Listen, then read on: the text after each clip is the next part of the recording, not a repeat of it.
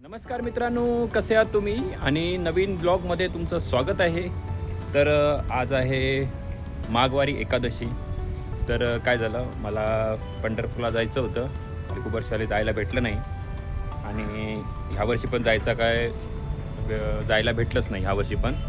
तर आज आहे एकादशी, तर मी जाणार आहे आता विठ्ठल रखुमाईच्या मंदिरात पाया पडण्यासाठी. तर आता मी चाललो आहे. तर चला मग बघा व्हिडिओमध्ये. आणि कसं आहे की आपण पंढरपूरला गेल्यानंतर पांडुरंगाच्या पाया पडायला जातो, दर्शन घ्यायला जातो.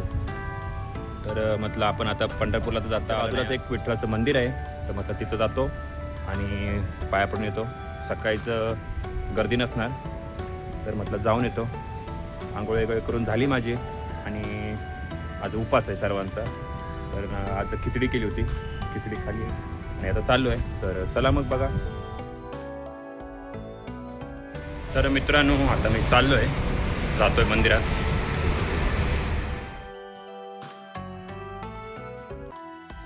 तर मित्रांनो, आता मी आलो आहे मंदिराकडे आणि मंदिराच्या आतमध्ये बहुतेक लोक ग्रंथ वगैरे वाचतात, पारायण चालू आहे. आता मी पण जाऊन वाचन करणार आहे, पाया पडणार आहे.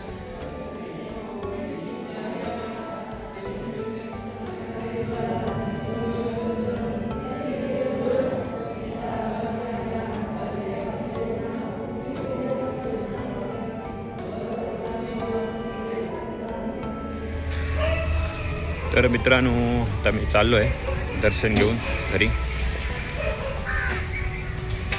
मंदिरात गेलो तर पारायण चालू होतं ज्ञानेश्वरीचं आणि मला विचारत होते बसणार का पारायण करायला. तर नाही, मी म्हटलं हरिपाठ करतो.